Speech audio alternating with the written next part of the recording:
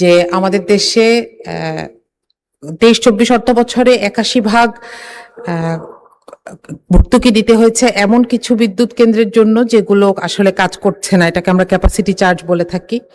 তো এবারে আগামী অর্থ বছরের জন্য এই ব্যাপারে সুনির্দিষ্ট কোনো পরিকল্পনা আছে কিনা, কারণ যখনই দাম বাড়ানোর ব্যাপারে আমরা প্রশ্ন করি আমরা শুনি যে এখানে খরচ বেড়ে যাচ্ছে, অথচ এই ভর্তুকি এবং খরচ বেশিরভাগ খরচ হচ্ছে ক্যাপাসিটি চার্জে।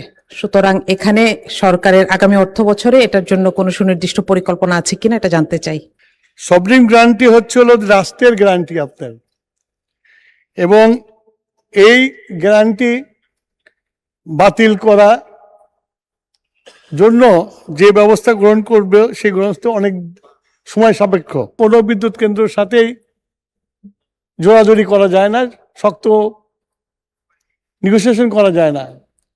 সেই জন্য যতদিন পর্যন্ত এদের সাথে চুক্তি আছে আমরা চেষ্টা করব যাতে বিদ্যুতের দাম কমিয়ে নিয়ে আসা যায় এবং সহজ মূল্যে বিদ্যুৎ দেওয়া যায়।